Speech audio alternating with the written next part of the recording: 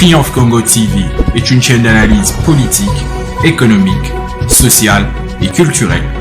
Congolais de partout, aimez votre chaîne, abonnez-vous, likez et activez la notification. Vous voulez la bonne information? Triomphe.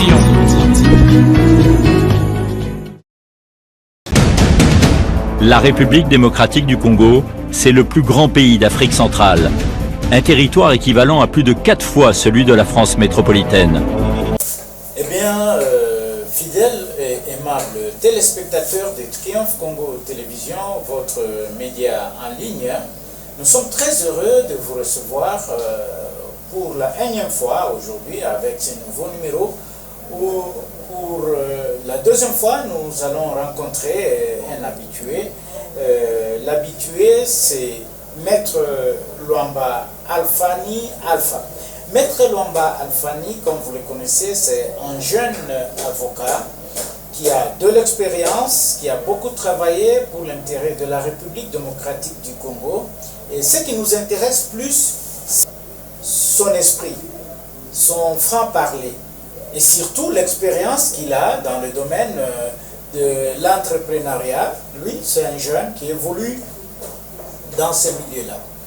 Et sans plus tarder, avant qu'on arrive à cela, je vous demande, aimables téléspectateurs de Triomphe Congo Télévision et Eras News et Canal Afrique 54 à partir de Londres, je vous prie d'abord de liker et activer la cloche de notification et surtout de vous abonner massivement sur votre chaîne, sur les deux chaînes, Canal Afrique 54, Eras News et Triomphe Congo Télévision pour la République démocratique du Congo. Abonnez-vous massivement afin que vous ne puissiez pas rater tout ce que nous produisons sur cette chaîne. Alors, j'ai le plaisir aujourd'hui de recevoir Maître Luamba Alfani Alpha. Maître, bonjour. Bonjour. Maître, vous vous sentez bien depuis un certain temps, nous ne nous sommes pas vus. Je suis très bien. Vous êtes très bien. La santé s'évolue bien. Très bien. Oui, Maître, nous voulons échanger avec vous par rapport à la situation de la jeunesse. Vous qui êtes jeune, au jour d'aujourd'hui, qu'est-ce qu'on peut retenir d'abord sur l'impact de la jeunesse congolaise dans le développement du pays? Qu'est-ce que vous pouvez parler? Oui, la jeunesse joue un rôle très important dans notre développement et inclination. Dans tous les domaines, nous avons besoin de la jeunesse. Dans tous les domaines de la vie, nous devons participer pour notre développement. Vous dites que la jeunesse contribue au développement. Quel aperçu avez-vous de cette jeunesse? Comment cette jeunesse peut arriver à contribuer pour le développement d'un pays tel que la République démocratique du Congo? Disons, la jeunesse, c'est même la source, l'avenir, les socles de notre pays.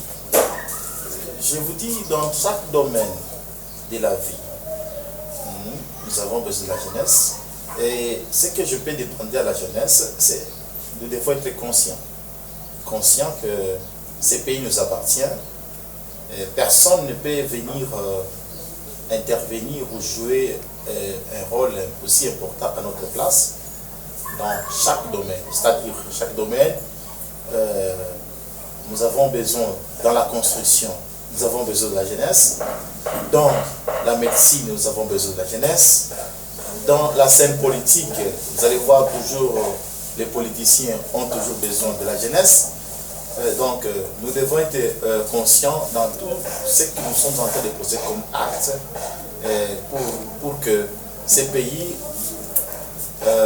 sentent que la jeunesse joue un rôle aussi important qu'on ne peut pas l'écarter dans la gestion de notre pays.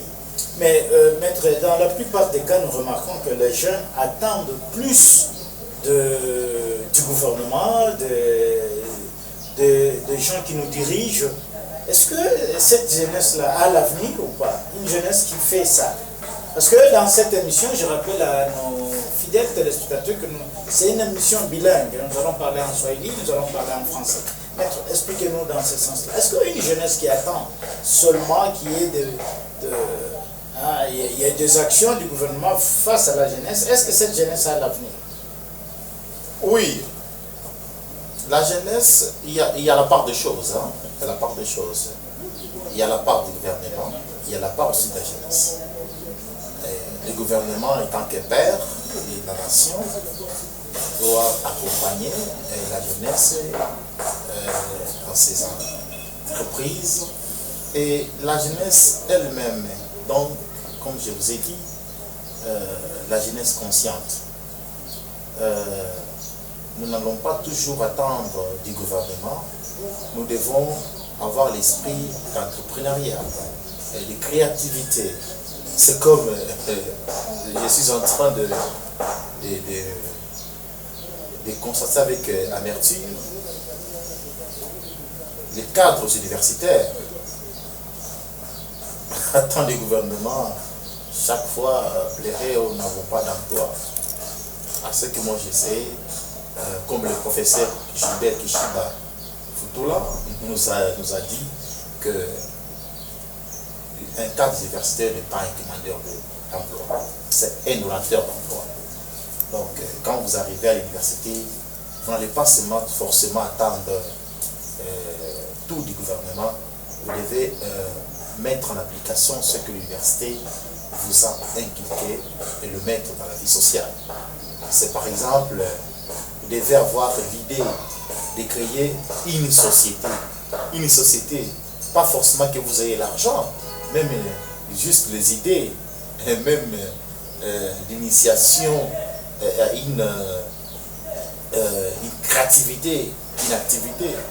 Vous pouvez avoir de l'argent.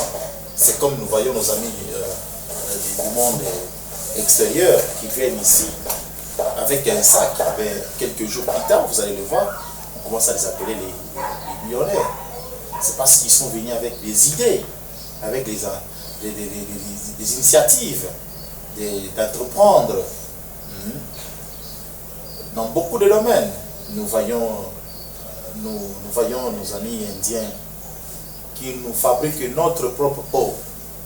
Mais ils sont devenus des millionnaires. Notre propre eau, ils fabriquent juste le nom, on écrit là Dasani, mais c'est l'eau qui vient du Congo. Mais quelques jours plus tard, vous commencez à l'appeler Boss. Hein? Les autres qui fabriquent juste la bouchie, les autres qui fabriquent juste l'allumette.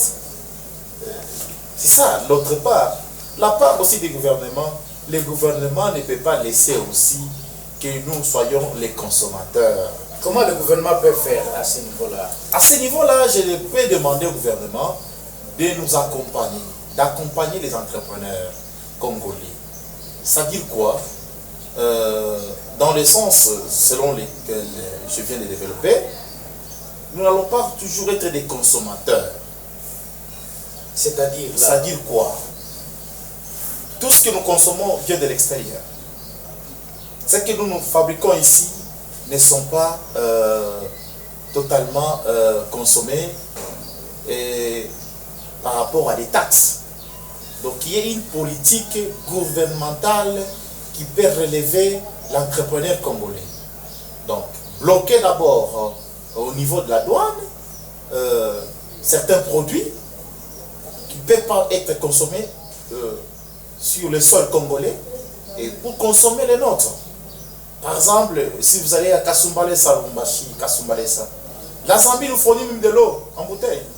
C'est inadmissible. C'est ce qui est inadmissible aussi. Hein? Les sucrés. Nous devons avoir cette culture de bloquer certaines consommations.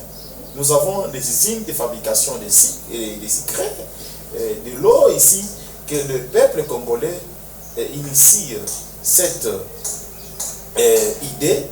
Les gouvernements doivent quand même accompagner ces gens-là. Maître, est-ce que la jeunesse, vous ne remarquez pas que la jeunesse congolaise se décourage un peu de ça par rapport au système même qui existe, le système économique?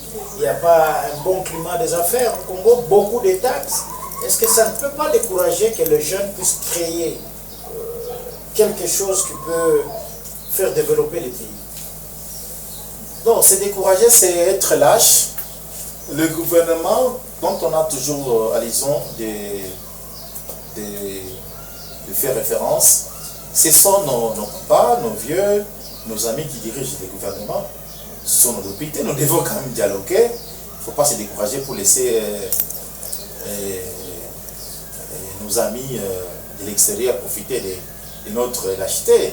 Nous devons dialoguer avec nos dirigeants, nos délégués, les députés, les ministres de l'économie, pour qu'ils puissent aussi nous attendre. Le président de la République doit quand même nous écouter, que nous avons telle difficulté, et les gouvernements doivent prendre aussi certaines décisions pour nous accompagner, parce qu'ils n'ont pas d'intérêt à nous voir souffrir. Donc, si un jeune peut se décourager par rapport à de telles pratiques, moi je pense que c'est un jeune lâche. Nous devons seulement, comme nous sommes en train de parler ici, les jeunes du monde entier, les jeunes congolais, les jeunes africains qui me suivent doivent être conscients que l'Afrique, pour que l'Afrique aille de l'avant, c'est nous-mêmes. L'Orient, l'Occident ne peuvent rien nous aider à se développer. Nous devons être conscients à entreprendre nos activités et consommons localement nos produits. Et qu'est-ce que nous pouvons s'attendre pour le cas de Lubumbashi, par exemple, la jeunesse louchoise? Qu'est-ce qu'elle peut faire de concret pour essayer de développer ces milieux? Parce que nous dépendons plus de l'extérieur. Qu'est-ce que la jeunesse louchoise peut faire? C'est ce que je viens de dire, M. Colin. Nous avons beaucoup de domaines. J'appelle à la conscience de la jeunesse. Tout le monde ne peut pas être appelé excellence, tout le monde ne peut pas être appelé gouverneur. Nous, comme on nous a toujours inculqué, pour gagner la vie, il faut que vous soyez appelé excellence, monsieur le ministre, honorable. Nous avons beaucoup de sources financières. Même l'agriculture, même l'élevage, c'est parmi des sources à laquelle nous pouvons gagner notre gain. Donc, la jeunesse louchoise doit se mettre en mouvement pour créer des activités. Et les gouvernements doivent aussi accompagner la jeunesse. C'est-à-dire que là où un jeune a une idée d'entreprendre une activité, il doit avoir le ministre du tutelle pour exposer son idée, exposer sa pensée. Si le ministre du tutelle voit que son idée peut apporter un plus au bien, à l'intérêt général, moi je pense que le ministre ne peut pas être passé outre à cette initiative de la jeunesse. Profitant de votre présence, fidèles téléspectateurs, je vous maître Luamba Alfani, il est président de l'association Solidarité des ressortissants du Maniema. Il y a une expression qu'on a toujours dit au Maniema, Kambelembele, mtoto wa Maniema, kila mtu na meza yake, mpini lilungula, shoka kabakia. Tu peux expliquer un peu, maître, manake ni kabisa, à te comprendre. Batu banasema sana ile expression. Bon, on est fiers de soi, c'est-à-dire que quand on dit Kambelembele mtoto wa Maniema, bon, en fait, Kambelembele n'est pas d'abord une tribu, c'est un train. Elle n'est pas même. Bon? Oui, c'est pas une tribu, c'est un train. Alors, un train qu'on appelle Kambelembele, voilà. Un train de la SNCC. De la SNCC qui fréquentait souvent la zone, la province de Maniema. Alors, on appelait toujours Kambelembele. Mais sinon, les surnoms toujours qu'on appelle toujours Mtoto Maniema, Kutoki Boy, nous savons que nos ancêtres ont fait face avec l'Occident, ils ont fait face avec les Arabes, ils n'ont pas lâché pour être dominés. Et on ne dépend pas d'eux, on ne dépend pas de qui que ce soit pour vivre. Donc là où il y a l'enfant de Maniema, il s'est créé quand même. Il dépend de lui-même, il dépend vraiment de ses potentiels naturels que le Seigneur lui a donnés. Voilà. Nous ne sommes pas tellement des commandeurs. Hein. Donc les gens de Maniema, c'est ce qui fait l'orgueil des ressortissants. Oui, nous ne sommes pas des commandeurs, nous ne sommes pas les dépendants des autres, on dépend de nous-mêmes. Nous créons nos activités et nous résistons d'une manière ou d'une autre. C'est ça l'orgueil des enfants de Maniema. Et ce sont des enfants tellement intelligents, et même la Belgique connaît cette histoire. Voilà pourquoi vous allez, si vous lisez bien l'histoire, si je ne me trompe pas, avec un peu de réserve, le territoire de Kabambaré se trouve dans la province de Maniema. C'est le premier territoire du Congo. La Belgique voulait instaurer, même les capitales du Congo, c'est là où on devrait instaurer. Mais tellement ces gens-là sont tellement intelligents et malins, la Belgique dit non, avec ces gens ici, nous n'allons pas dominer aussi longtemps possible, il faut délocaliser la capitale. Oui, maître, peut-être une dernière question. Nous sommes sur le plan politique. Quel aperçu vous voyez aujourd'hui? Nous voyons les jeunes essayer d'activer une politique d'injure à travers les potentiels candidats un peu partout à travers le pays. Il y a la culture d'injure, la culture des injures faciles aussi, qui nous sommes à une période préélectorale, mais il y a une culture qui surgit. Quel message vous pouvez lancer à la jeunesse qui s'adonne à de telles pratiques? Vous, en tant que président d'une association socio-culturelle. La pratique des injures, c'est une pratique des faibles et des lâches, des complexes. J'appelle à la conscience de la jeunesse. Nous devons être à mesure d'affronter des réalités. Injurier quelqu'un, inciter une autorité, parce qu'il est candidat président de la République, candidat député national, l'injurier. Vous voyez vous-même, il peut être un père de famille, hormis la fonction qu'il occupe. C'est un père, il a des enfants, il a une femme.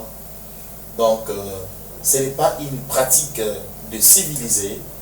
Nous devons faire preuve de notre civilisation comme les autres nations. Il est difficile de voir un Français, un sujet français, un sujet belge injurier leur autorité à l'étranger, surtout au Congo en train d'injurier le président français. Non. Donc, nous devons montrer, même si tu es jeune d'un parti politique, vous devez montrer le civisme, hormis de la jeunesse, chers amis, chers collègues, chers frères qui me suivent à travers cette chaîne de Triomphe Congo. Nous sommes les ambassadeurs de nos origines. Nous devons représenter valablement nos familles. L'éducation de base, même si vous êtes dans un parti politique, mais tu es issu d'une famille quelconque. Alors, lorsque tu injuries un père de famille, une mère de famille, sache que tu es en train de mal représenter votre famille. Donc, si vous avez une allégation, vous avez une suggestion, vous avez une idée, vous ne partagez pas les mêmes opinions avec une autorité en place, il y a beaucoup de voies que la loi ouvre, autorise pour que votre opinion arrive à l'oreille de l'autorité qui a la gestion du pays, un ministère du pays entre ses mains. Ben, fidèles téléspectateurs, à moins que Maître Luamba ait quelque chose à dire à la fin, sinon Maître Triomphe Congo Télévision vous dit merci. Merci beaucoup. Triomphe Congo TV est une chaîne d'analyse politique, économique, sociale et culturelle. Congolais de partout, aimez votre chaîne, abonnez-vous, likez et activez la notification. Vous voulez avoir l'information? Triomphe.